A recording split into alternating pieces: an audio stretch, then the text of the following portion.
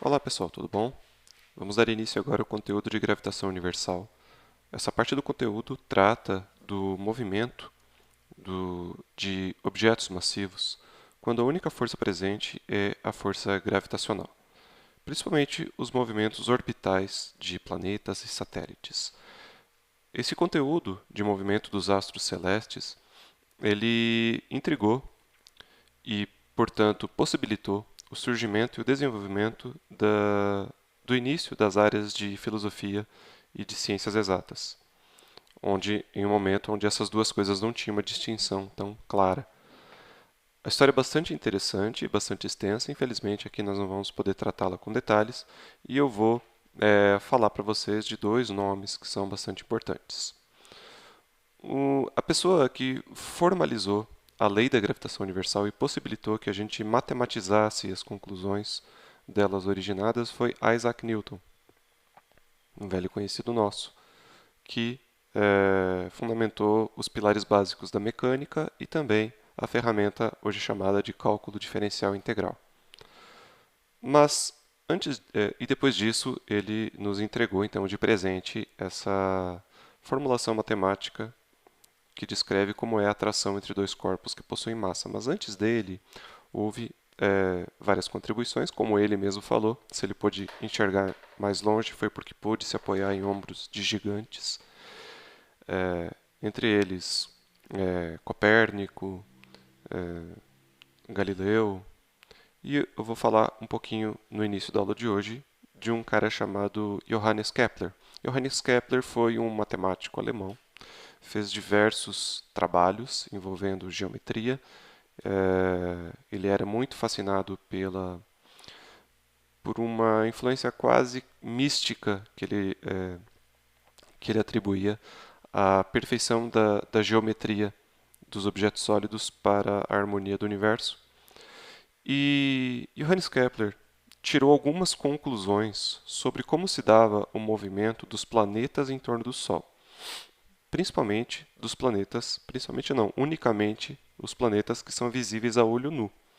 Ele trabalhou durante alguns anos em um observatório astronômico na Dinamarca, onde sistematicamente os astrônomos que lá trabalhavam, empregados por um nobre dinamarquês chamado Tycho Brahe, eles anotavam posições na abóbada celeste de todos os planetas que são visíveis a olho nu, como por exemplo Marte, como por exemplo Vênus e assim por diante.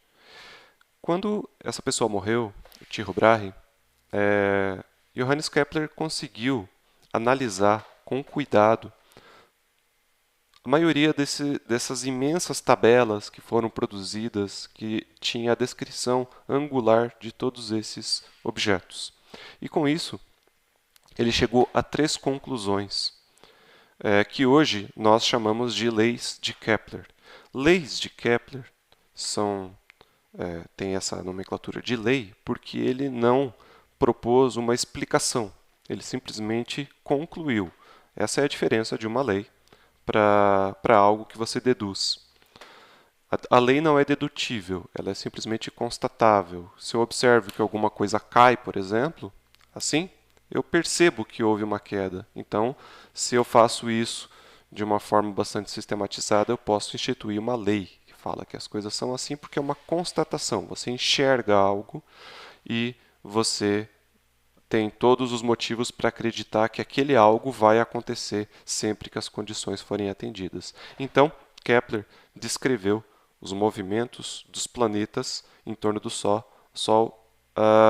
Resumidamente, hoje a gente consegue consolidar todas as suas conclusões em três leis, as chamadas leis de Kepler. Mas muito importante enfatizar, ele não chega a nenhum motivo, ele não dá um porquê, ele simplesmente dá um como os objetos se movem em torno do Sol.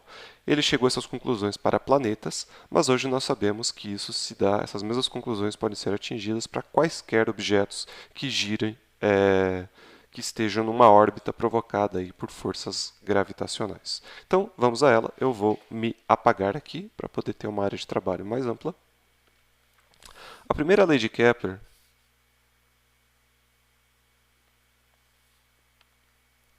vai falar o seguinte para a gente.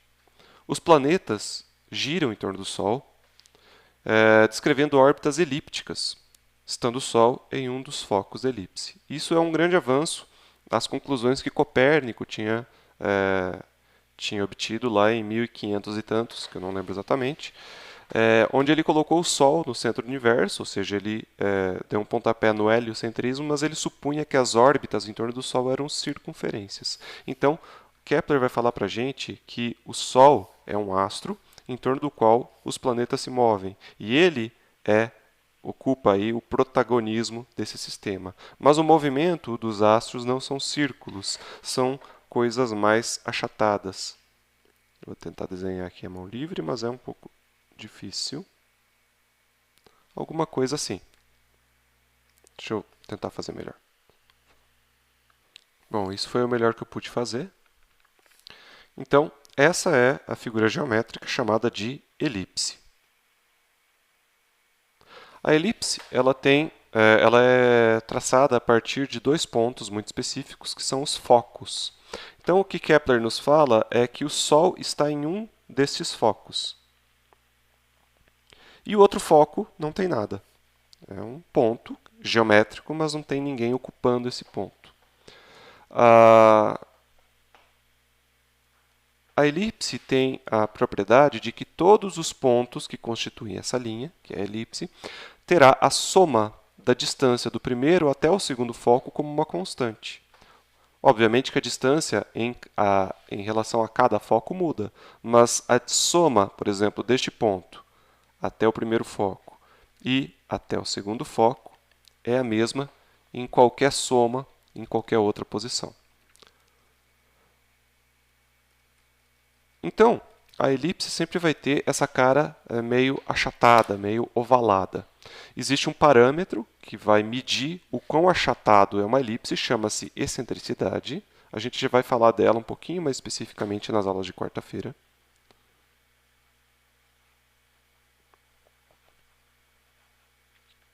Mas, por enquanto, basta a gente saber que excentricidade é um número que vai de 0 a 1. Não existe excentricidade menor do que 0, nem maior do que 1. A excentricidade 0 é uma elipse muito pouco achatada. Na verdade, nada achatado. A excentricidade 0 significa uma circunferência. E a excentricidade 1 é uma elipse que ela é tão achatada, tão achatada, tão achatada, que ela é praticamente um segmento de reta. Como se fosse um bastãozinho assim. Então, essas são os limitantes. Agora, para a gente ter uma dimensão da importância do trabalho de Kepler, os planetas que giram em torno do Sol seguem todos trajetórias elípticas, mas elipses muito, muito, muito, muito pouco achatadas. Ou seja, essa excentricidade para as órbitas estão muito mais próximas de 0 do que de 1. Então é bastante surpreendente que ele tenha percebido que essas órbitas não são elipses, que elas são de fato elipses e não circunferências. Isso não é uma regra geral, é uma verificação que se dá principalmente para planetas. Objetos como cometas, asteroides ou outros corpos que ficaram presos aqui à órbita do nosso Sol seguem sim trajetórias bem mais espichadas, bem mais próximas de 1. Mas os planetas sempre terão excentricidade de 0,0 alguma coisa. Se não me engano, a Terra é 0,05. Deixa eu tirar essa dúvida. Verifiquei aqui, é 0,016. Então, é algo muito redondinho, por assim dizer. Então, Kepler não fala para a gente por que esses movimentos são elípticos e por que não circulares. Ele simplesmente constata, porque isso veio de observações experimentais. Foi perseguido o movimento dos planetas e ele conseguiu, então, concluir isso. E isso não é algo simples a se fazer, tá? Porque nós não estamos num referencial parado. Estamos num referencial que é um outro planeta que também gira numa órbita elíptica. Então, é de uma complexidade bastante grande. Então, primeira lei de Kepler vai falar como é essa trajetória. Segunda lei de Kepler, ela vai falar sobre a velocidade. Ela vai falar o seguinte: a distância entre o Sol e um planeta varre áreas iguais em tempos iguais. Então, deixa eu voltar para aquela elipse para não ter que desenhar ela de novo. Eu vou colar ela na próxima tela.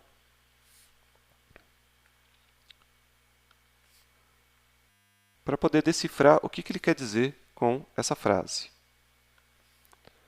A distância entre o Sol e um planeta. Então, digamos que o planeta esteja, por exemplo, aqui. Qual é a distância do Sol e do planeta? Essa linha vermelhinha que eu estou traçando. Varre áreas iguais em tempos iguais. O que significa isso? Se você esperar um certo intervalo de tempo, esse planeta não vai mais estar aqui. Digamos que você esperou 15 dias. Depois de 15 dias, ele estará, sei lá, aqui assim. Passados 15 dias, então a distância entre o Sol e o planeta agora é essa outra linha aqui. O que é a área varrida? A área varrida pela distância é esse formato aqui parecido com uma fatia de pizza. Deixa eu achurar ela.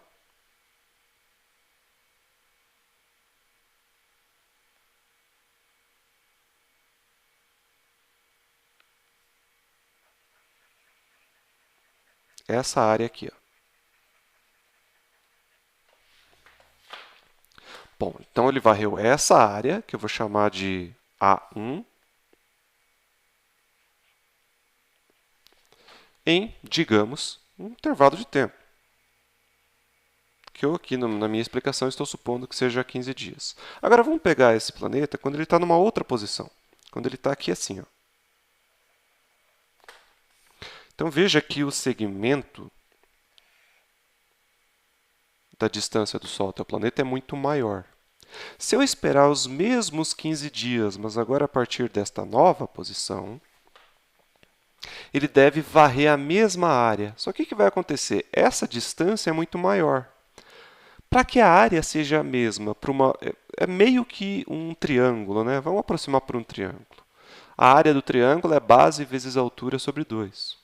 Se a altura está muito maior, deste novo triângulo que eu vou descrever, a base tem que ser menor. Conclusão, ele vai percorrer uma trajetória menor, de forma aqui, mais ou menos no olhômetro, que é assim, passados 15 dias, essa área aqui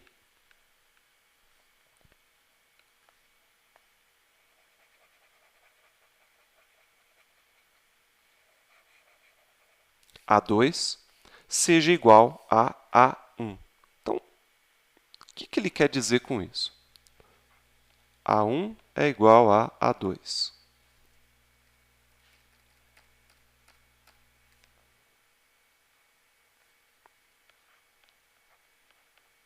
Se essas duas áreas são iguais, significa que esse trecho aqui, ó, a base, ou seja, o comprimento do arco que ele descreveu quando ele está próximo do Sol, foi maior do que o comprimento do arco descrito quando ele está longe do Sol.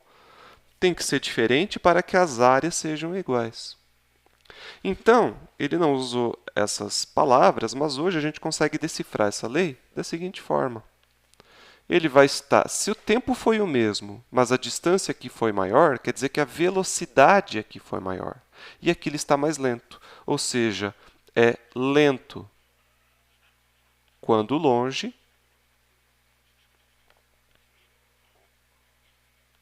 e rápido quando perto do Sol.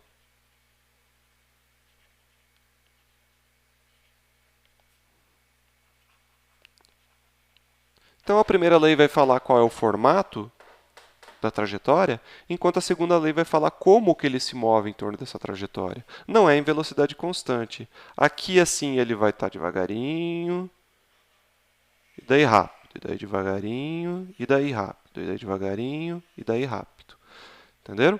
Então, quanto mais perto do Sol, mais veloz. Quanto mais longe do Sol, mais lento. De forma que, neste pontinho aqui, ó, que eu vou fazer em vermelho, é o ponto onde ele vai estar mais lento, porque é onde ele estará mais longe. Enquanto que aqui é o ponto onde ele estará mais rápido, porque é quando estaremos mais perto do Sol, se esse planeta for o planeta Terra. Novamente, isso aqui foi feito a partir de constatações, não foi obtido a partir de uma teoria mais fundamental. Já a terceira lei de Kepler, Ele vai relacionar propriedades entre os planetas. Ele falará que existe uma constante da razão do quadrado do período orbital. O período orbital é o intervalo de tempo para ele completar uma volta. A gente usa o T maiúsculo para período. Na física, sempre que é período, é T maiúsculo. Tá? Então, se você pega o T maiúsculo ao quadrado, que é o período orbital, e divide pelo raio médio orbital, médio porque fica variando, já que é uma elipse, né? Ao cubo, isso daqui é igual para todos os planetas. Então, se você pega para a Terra, essa razão é um valor. E se você pega, por exemplo, para Marte, o período é diferente, o raio orbital médio é diferente, mas essa razão é a mesma. Se você pega para Júpiter, você sempre terá o mesmo valor dessa razão. Período ao quadrado sobre raio ao cubo. O que é o período ao quadrado? É o tempo para ele fechar uma voltinha.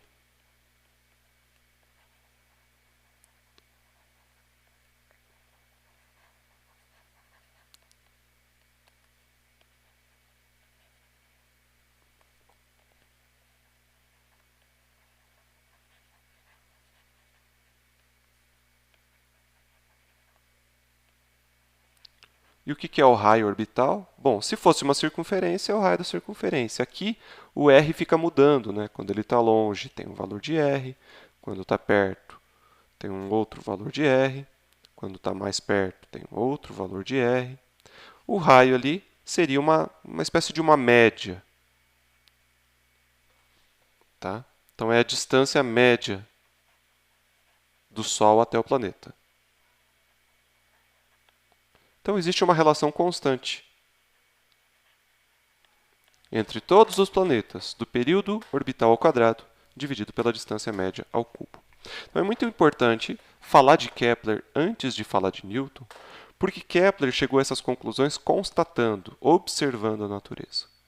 E ele resumiu tudo isso em trabalhos publicados no período de 10 anos, entre 1609 e 1619. Newton, que é o personagem seguinte aí da história, ele vai se propor a explicar como se dá a interação entre o Sol e cada planeta.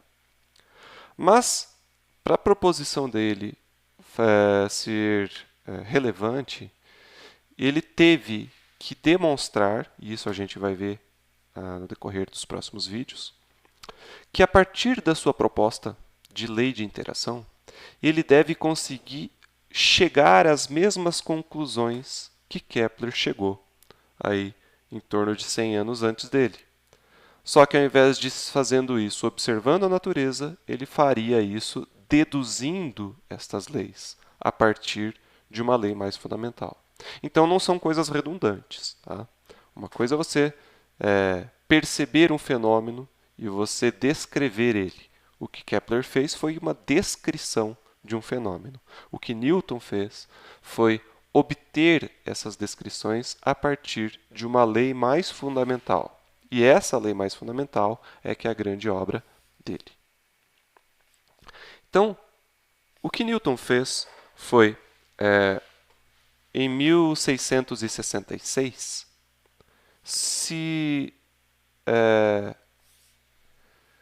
ele se refugiou de uma peste que estava tendo na Inglaterra, no sítio, a peste bubônica, no sítio de sua família. E durante aquele ano ele fez trabalhos muito relevantes para a física e para a matemática. E o trabalho mais relevante para a física é uma coleção de 3 volumes de um livro chamado Principia, escrito em latim. Princípios Matemáticos da Filosofia Natural, hoje chamado assim. Só que esse trabalho ele não foi publicado nessa época, foi publicado em torno aí de 20 anos depois.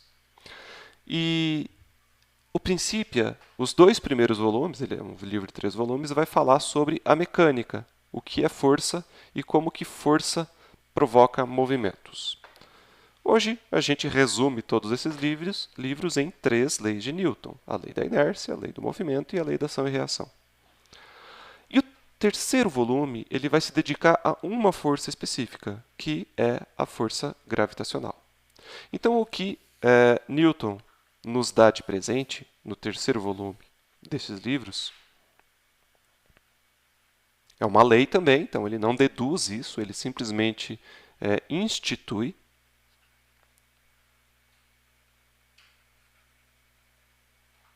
a lei de gravitação universal. E ele vai falar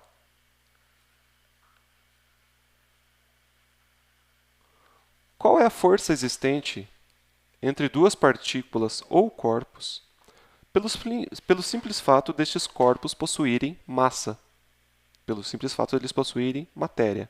E essa única força seria suficiente para descrever o movimento dos astros no céu, tanto quanto descrever o movimento dos corpos aqui na Terra. Até então, até Newton, até mesmo Galileu, separava os movimentos. Isso é uma herança desde Aristóteles. O que acontecia no céu pertencia a um outro ramo de explicações, a um outro campo de atuação do que acontecia aqui na Terra. Por exemplo, a queda livre, se você deixa um objeto cair, tinha uma explicação distinta do movimento da Lua em torno da Terra. E o que Newton propôs, então, nesse terceiro volume, foi dar uma mesma explicação. E a explicação é a seguinte: ora, se você tem dois corpos, e esses dois corpos possuem massa, vou chamar isso daqui de M1, e um corpo diferente aqui, maior e com uma massa diferente também, M2. O simples fato de que eles possuem massa, eles possuem essa grandeza medida em quilogramas, apesar de que na época a unidade não era quilogramas, né? O quilograma foi instituído por Lavoisier, na França, período pós-Revolução Francesa. Mas, possuindo massa, ele terá uma força. Quem tem massa exerce força em outras coisas que possuem massa. E essa força será sempre atrativa, nunca repulsiva, e será de igual intensidade. Então, a força que a massa 1 sofre, ela é igual à força que a massa 2 também sofre. Não vai ser diferente. Em módulo, né? O módulo de F1, porque o sentido é oposto, deverá ser igual ao módulo de F2. Por que igual? Porque é um par de ação e reação. A lei da ação e reação é que toda força acontece em pares, não existe número ímpares de força. Toda força terá um parzinho de reação. Basta você procurar onde é que ele está. No caso da força gravitacional, eu tenho duas massas que se atraem mutuamente, a ação está em uma e a reação está na outra, e elas têm que ter módulos iguais e sentidos contrários. Além disso, ela deve atuar no segmento que une as duas massas. Se forem duas partículas, é de uma partícula até outra. Se for um corpo extenso, vai ser do centro de massa de um até o centro de massa do outro. Deixa eu fazer aqui embaixo. E essa distância aqui irá afetar o valor da força. Quanto maior a distância, mais fraquinha vai ser essa força. Quanto menor, quanto mais próximo elas estiverem, maior vai ser essa força. Além disso, quanto maior as massas, quanto mais massivo, mais intensa a força. Só que se as forças são iguais, ou seja, não é porque este cara aqui é mais pesado que vai sofrer uma força maior, e nem porque este cara é mais leve que só vai sofrer uma força menor. Elas serão iguais em módulo. Então, para a gente ter uma relação que ela seja igual para as duas forças, M1 multiplica por M2. Certo? Então, tanto o F1 quanto o F2 vai ter essa relação aqui. E ela vai cair com a distância. Então, a distância vai aparecer aqui no denominador. E aqui vem a maior parte do toque de genialidade de Newton. Ele poderia simplesmente escrever que ele é dividido pela distância r. Se ele fizesse, seria uma boa pista de como a força funciona, mas ela ainda assim estaria errado.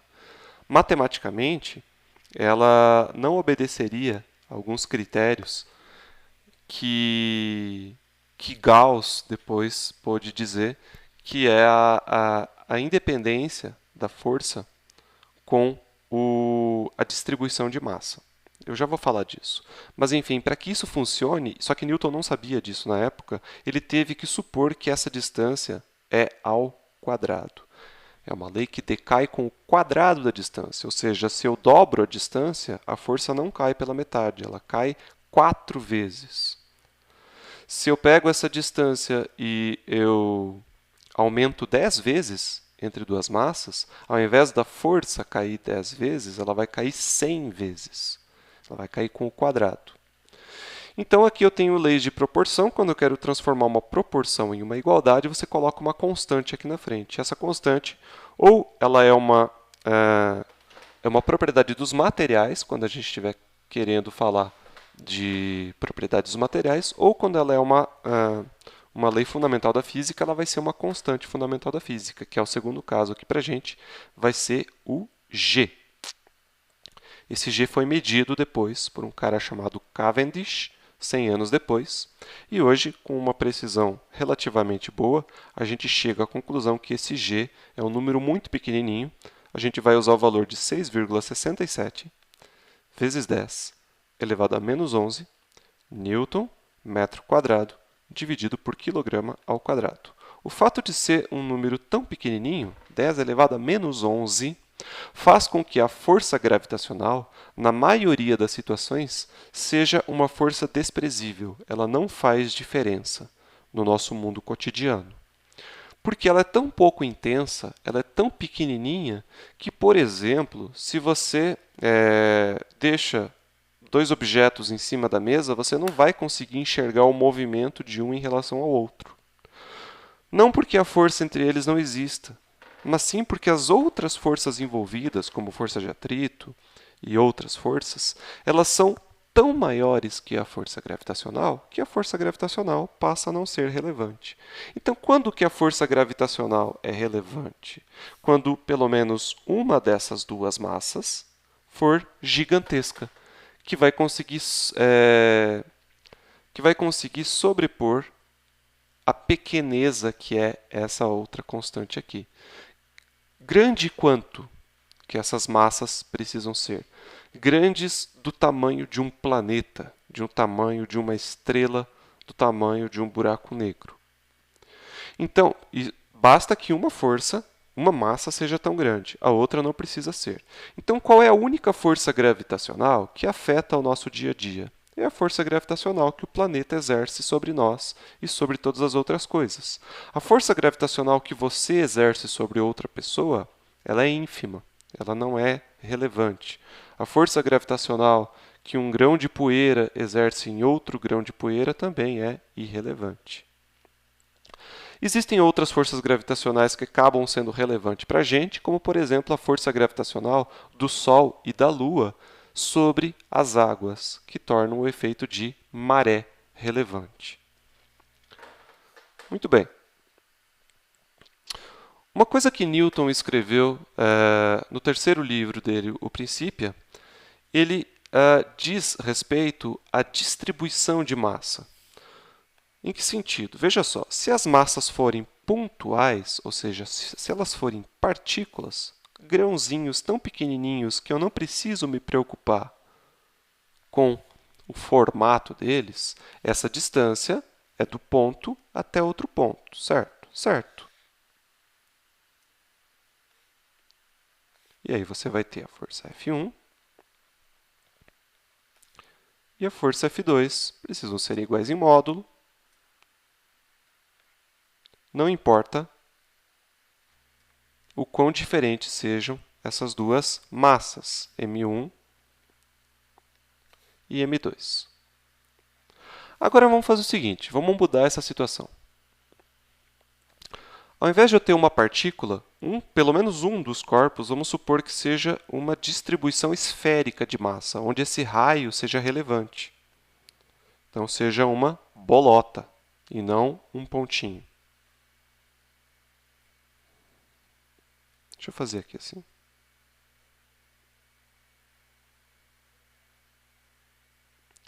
O que vai acontecer? O que é uma distribuição de massa? São vários pontinhos de massa.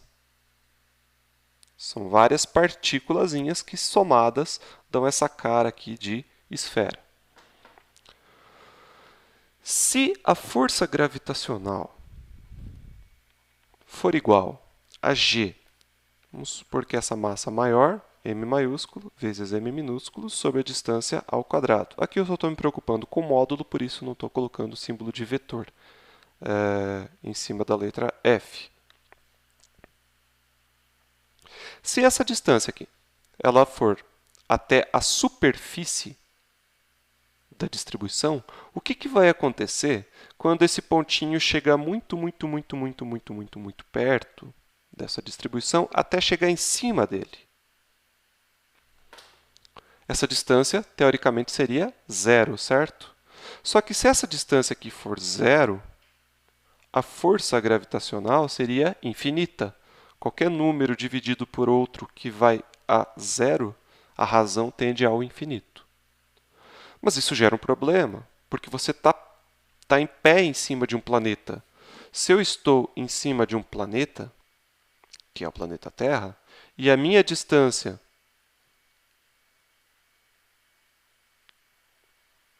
até este planeta é zero, porque você está com os pés em cima dele, o teu peso, que é nada mais, nada menos do que a força com que a Terra nos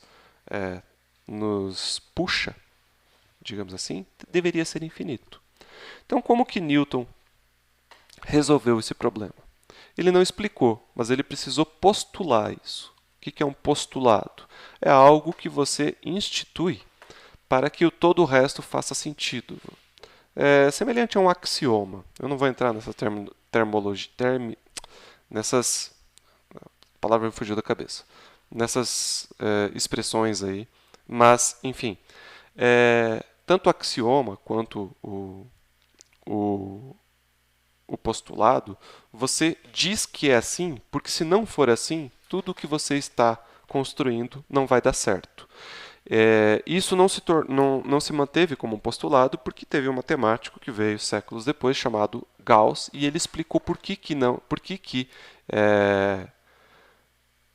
essa afirmação de Newton precisa funcionar. E isso é uma consequência do fato de o r estar ao quadrado, como eu falei antes. E o que Newton postulou foi o seguinte: a distância, quando você tem distribuições esféricas, ela não vai até a superfície da distribuição, e sim até o centro. Então, como que você resolve isso? Essa distância aqui, ela vai até o centro da distribuição esférica. Portanto, quando você está em cima do planeta Terra, a tua distância até a Terra não é zero. Ela é o quê? É a distância até o centro da Terra, que é o raio do planeta Terra. Então, nós sempre vamos considerar nos nossos exercícios as distâncias, tanto para a força gravitacional quanto para a energia potencial, as distâncias consideradas nas distribuições esféricas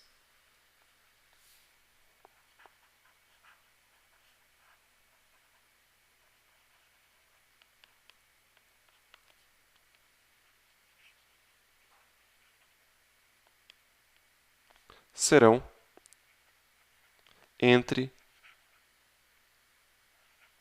os centros de massa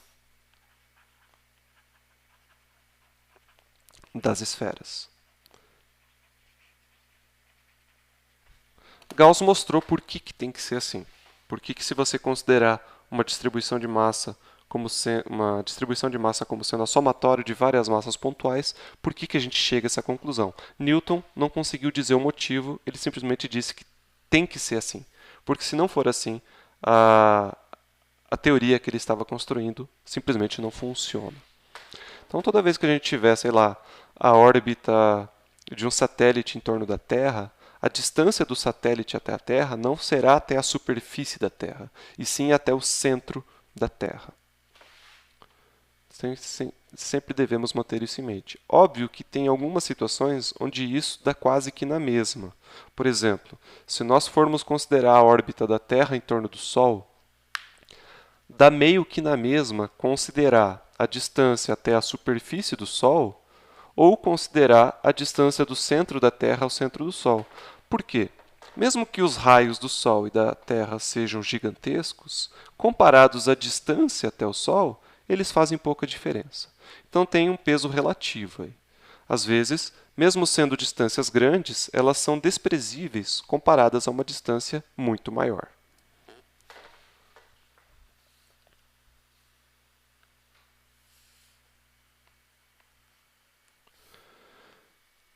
Dito isso, pessoal, a gente pode olhar agora, sob uma nova perspectiva, para a força-peso. Peso é uma força, né? Apesar de que no nosso linguajar cotidiano a gente refere esse peso como quilograma. Quilograma é uma medida de massa. Relaciona-se com peso, sim, mas não é a mesma coisa. O que é o peso para a gente? É a força com que a Terra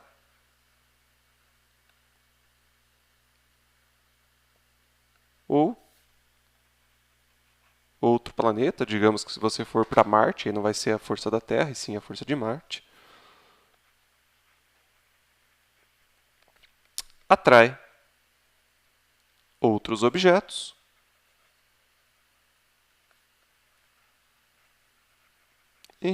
em direção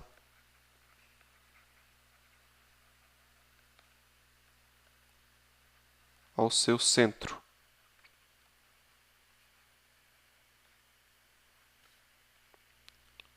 Então, vamos supor que você está aqui, desenha um pedaço da Terra assim, fazer de azul.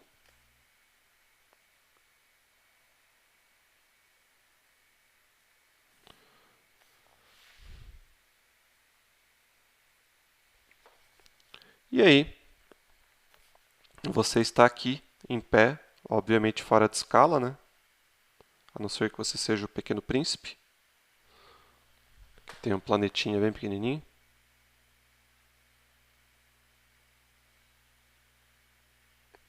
Tá meio estranho isso aqui. E você tem um certo peso. O que é o peso? É uma força que te puxa para baixo. Agora a gente já sabe por que você sente isso. Você está sendo puxado para baixo porque a Terra te puxa para baixo. Por que isso? Porque a Terra tem massa e você também tem massa. E dois objetos que possuem massa exercem uma força atrativa de um em relação ao outro. E veja bem, é um em relação ao outro, então você também atrai a Terra com exatamente a mesma intensidade com que a Terra te atrai. Inclusive, se você soltar uma bolinha bem pequenininha, mesmo que seja uma bolinha de isopor, a Terra estará sendo atraída em direção à bolinha com a mesma intensidade que a bolinha atrai, que a Terra atrai a bolinha com a mesma intensidade que a bolinha atrai a Terra. Mas por que quem se move é a bolinha e não a Terra? Porque apesar da força ser a mesma, as massas são diferentes, portanto a inércia é diferente, e é muito mais fácil mover algo que tem pouca massa do que algo que tem muita massa, mesmo que a força aplicada em ambas seja a mesma. Então essa força, agora Newton nos fala como que a gente calcula essa. Como que a gente calcula ela? É G, a massa do planeta Terra, a massa da pessoa, dividido pela distância das duas ao quadrado. Neste caso aqui, qual que é a distância? É o raio do planeta Terra. Ou seja, Se você pega aqui um segmento e vai até lá no centro da Terra,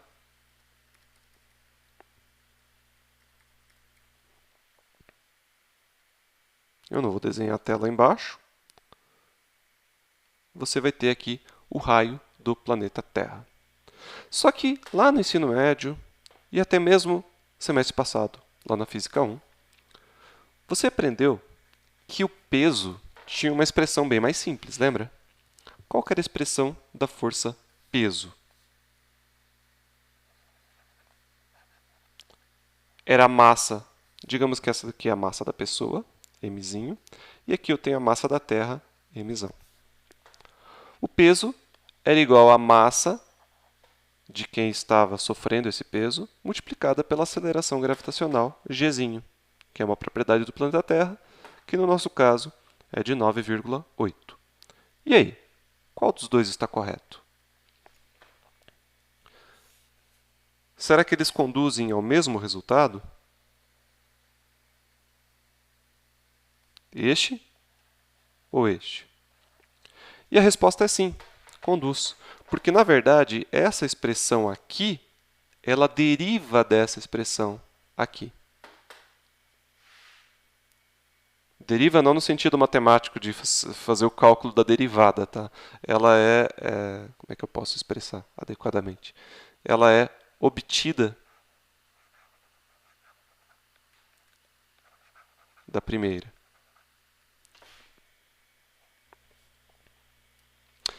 Vamos ver se funciona? Vamos lá. Suponha que você tenha aí, sei lá, 80 quilos. Peso de uma pessoa de 80 quilogramas.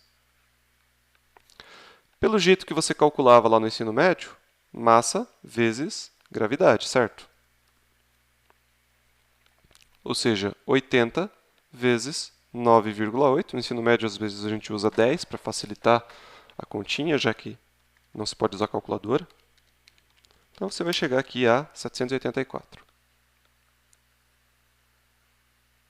newtons. Agora, vamos usar a equação que Newton nos forneceu. F é igual a G, massa da Terra, massa da pessoa, dividido pela distância da pessoa até a Terra, que neste caso vai ser o próprio raio do planeta Terra, ao quadrado. Sendo que um valor aí que a gente vai usar bastante é a massa da Terra, 5,98 vezes 10 na 24 quilogramas. Raio do planeta Terra, 6,37 vezes 10 na 6 metros. E a constante gravitacional, 6,67 vezes 10 a menos 11, que eu já escrevi. Então, fazendo essa continha rapidinho, o resultado que nós encontramos aqui é de 786 newtons. Então, é basicamente o mesmo resultado, tá, pessoal? Aqui e aqui. Por que não é exatamente igual? Primeiro que o valor de G está aproximado. Aqui eu só usei 2 casas decimais para o raio da Terra e somente 2 casas decimais para a massa da Terra. Além disso, esse 9,8 também tem outras casas decimais. Então, se a gente fosse considerar exatamente tudo, chegaríamos ao mesmo resultado. Então, tanto faz, no caso de objetos em cima da Terra, você usar essa expressão ou essa expressão. Agora, a coisa muda de cenário se os objetos não estiverem exatamente em cima da Terra. Se eles estiverem próximos à superfície da Terra, mas não exatamente. Porque, na verdade, o que é esse Gzinho? Se você compara as duas. Esse Gzinho, que multiplica a massa pequenininha, ele nada mais é do que este cálculo de todas essas constantes aqui efetuadas, porque ele também está multiplicando o mzinho. Está vendo?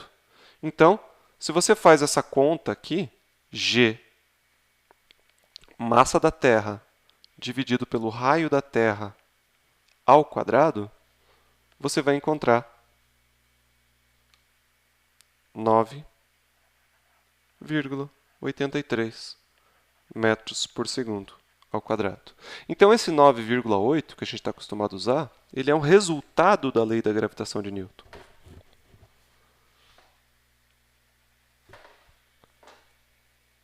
Então, quando um objeto está em cima da Terra e você quer calcular o peso dele, tanto faz.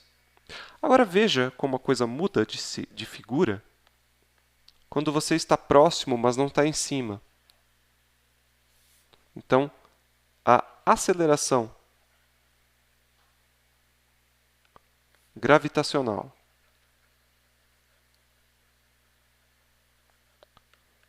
próximo à superfície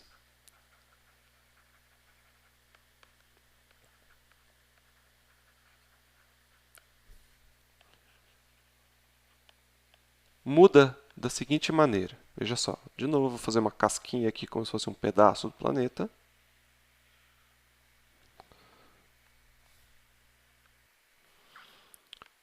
Essa bolotinha aqui representa algum objeto, uma pedra, até mesmo uma pessoa, não importa, mas ela não está em cima da Terra, ela está numa certa altura, a partir da superfície. Digamos que ela esteja no alto de um prédio. Ela estará sob uma força gravitacional e ela está numa distância aqui do centro da Terra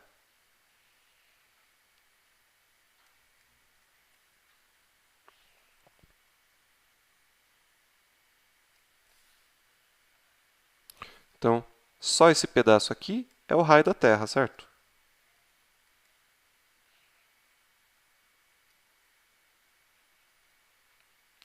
Portanto, a distância que ela estará é o raio da Terra mais h. Então, qual que é a força gravitacional a qual ela estará submetida? É g, massa do planeta Terra, massa do objeto, e a distância não é mais o raio da Terra ao quadrado, e sim o raio da Terra somado com h ao quadrado. Então, agora, o que a gente pode concluir? Que a força gravitacional, e portanto o peso, não é mais uma constante. Por exemplo, se você faz aquele cálculo de massa vezes aceleração gravitacional, que eu usei 80 kg, né, vezes aceleração gravitacional, dava quanto? Aqui, 784 newtons. Se você só leva isso em consideração, essa expressão aqui, m vezes g, você conclui que você vai ter 784 newtons na Terra, no alto de um prédio, voando de avião ou escalando o Everest. Isso não vai mudar, porque nessa expressão aqui, em nenhum momento você tem a variável altura. Você tem a massa e a aceleração gravitacional. Agora, essa expressão aqui, você tem uma expressão de altura. Está aqui ela. Ó. E o que ela está nos dizendo? Quanto maior for essa altura aqui, quanto mais alto você estiver da superfície, menor é a força gravitacional. Portanto, é menor o teu peso, mais leve, teoricamente, você deveria se sentir. Então, quando você sobe de elevador, ou quando você voa de avião, ou até mesmo se você está no alto aí de um prédio bem grande, uma cidade que esteja numa altitude muito elevada, teoricamente você estaria mais leve. Mas a gente não sente isso. Por que a gente não sente? Porque por mais que essa altura aqui, Hzinho, seja um valor grande, por exemplo, a altura maior do planeta Terra, a maior altitude fica na cordilheira do Himalaia, mais especificamente no Monte Everest, que está a 9 quilômetros de altitude do nível do mar. Mesmo tendo 9.000 metros, isso não é nada comparado ao raio da Terra, que é de 6 milhões de metros. 9.000 comparado com 6 milhões não faz nem cócega. É por isso que essa força gravitacional, mesmo ela variando com a altitude, ela praticamente se mantém constante, desde que a altura Hzinho seja muito pequena comparada com o raio da distribuição de massa que está te atraindo. Então, se Hzinho for muito menor, esse é o símbolo de muito menor, do que o R do planeta, você pode falar que esse denominador aqui, a gente fala que o H se torna desprezível. Portanto, a força gravitacional é aproximadamente igual, não é mais igual, ela é aproximado, porque eu estou desprezando um fator, a G, massa da Terra, massa do objeto, sobre o RT ao quadrado. Então, você tem aqui uma força gravitacional nas proximidades da Terra. Tudo bem? Agora, quando esse H começa a se tornar relevante, quando você tem distâncias realmente grandes, por exemplo, você tem o planeta Terra,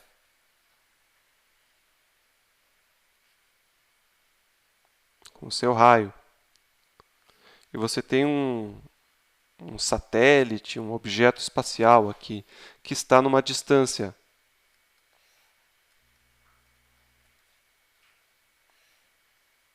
aqui, Rzinho. Se Rzinho ele for muito maior, não precisa nem ser muito maior, se ele for comparável, né? Se ele for na mesma ordem de grandeza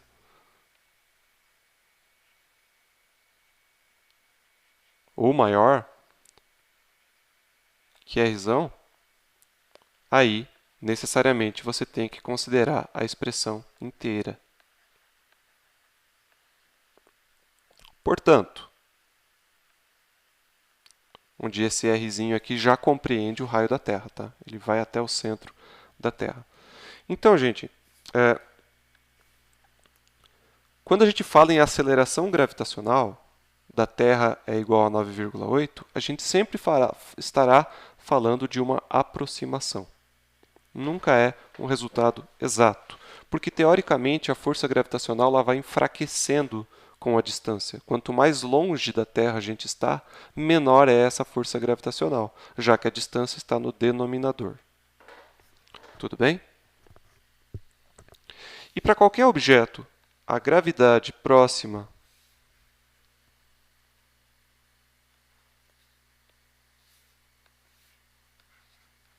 à aceleração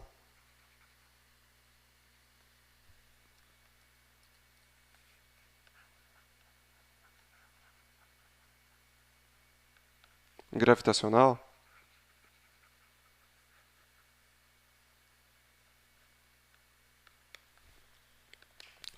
veja, se força é igual a massa vezes aceleração e a força gravitacional é igual a G, mzão, mzinho, sobre o raio mais uma altura ao quadrado, quer dizer que essa aceleração gravitacional é tudo o que multiplica a massa. Essa é a aceleração.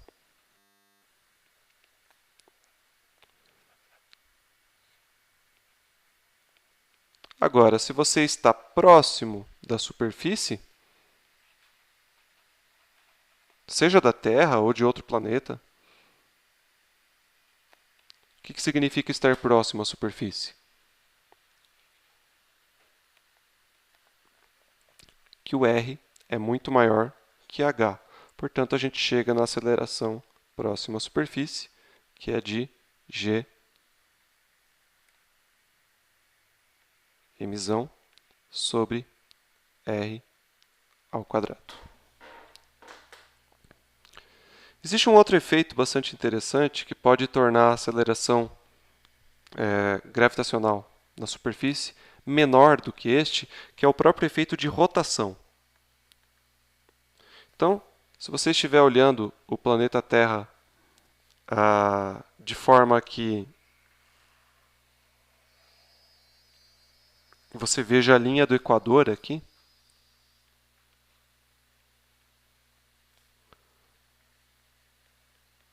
ou seja, no plano onde ele de fato está girando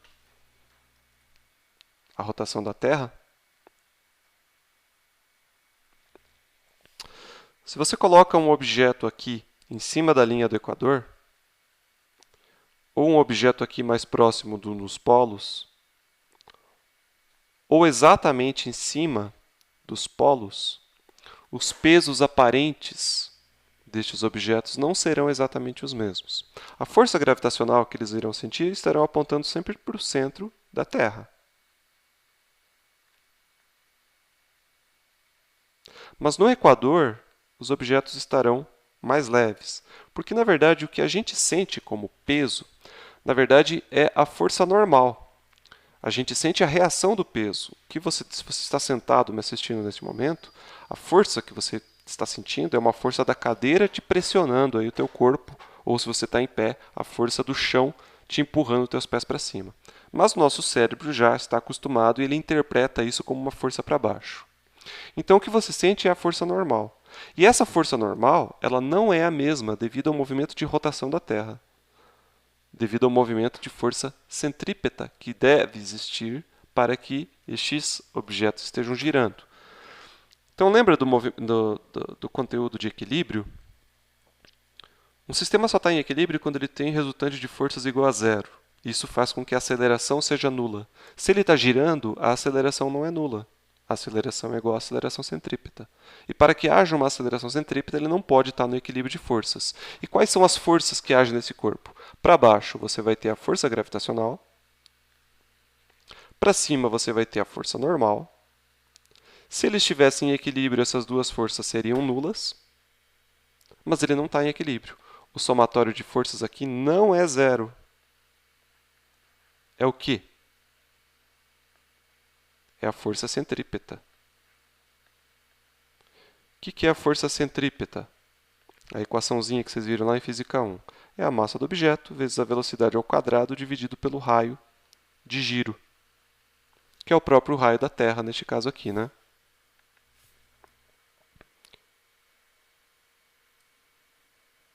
Ele vai descrever uma órbita circular. Uma órbita não, um movimento circular. Qual que é o somatório de forças? Deixa eu passar isso aqui para cá.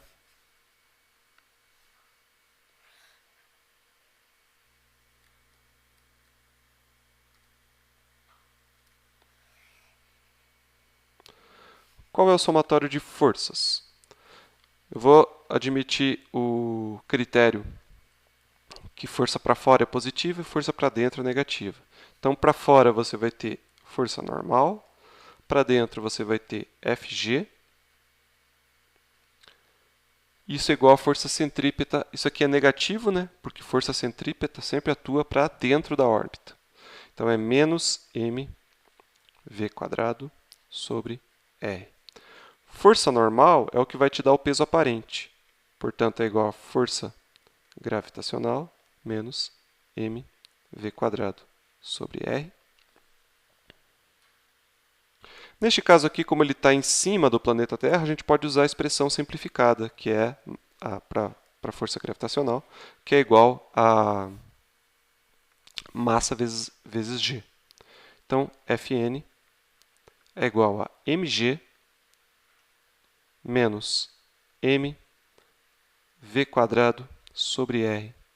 Ou seja, a força normal é igual a massa vezes, posso deixar a massa em evidência, g menos mv² sobre r. Então, olha que interessante. É como se todo esse termo aqui fosse uma aceleração gravitacional aparente.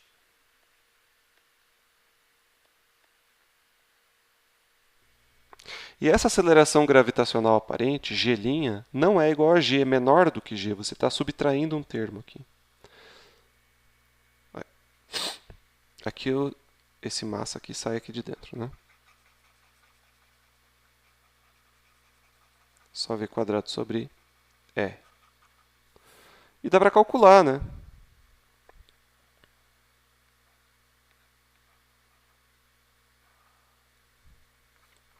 Qual a velocidade com que a gente gira junto com a Terra se você estivesse exatamente em cima da linha do Equador, que é quando você tem mais velocidade aqui tangencial. Se você está em cima do polo, você não tem essa velocidade, né? Você está só girando em torno de si mesmo. Se você ficar exatamente em cima do Polo Sul ou em cima do Polo Norte, você está girando em cima de si mesmo. Se você ficar aqui no Equador, você está numa centrífuga, né? Então você está com a maior velocidade. Qual é essa velocidade? É o comprimento da circunferência que você descreve, 2π vezes o raio da Terra, dividido pelo tempo. Qual que é o tempo? É o tempo de um dia, né? Em segundos é 24 horas, que multiplica por 60 minutos, que multiplica por 60 segundos. Então, essa velocidade vai ser... O r é o raio da Terra,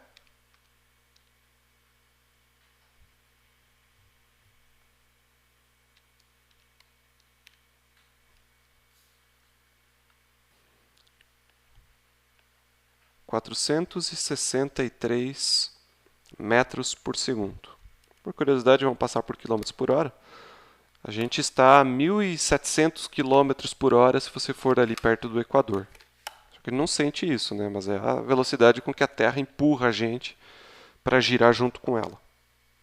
Se você coloca isso dentro dessa equação, considerando o raio da Terra, você vai chegar à conclusão, então, que 463 dividido por 6,37 na 6 vai dar 7 vezes 10 na menos 15, menos 5.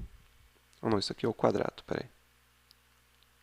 Ao quadrado, dividido por 6,37 na 6, vai dar 0,03. Portanto, deixa eu passar para outro slide aqui.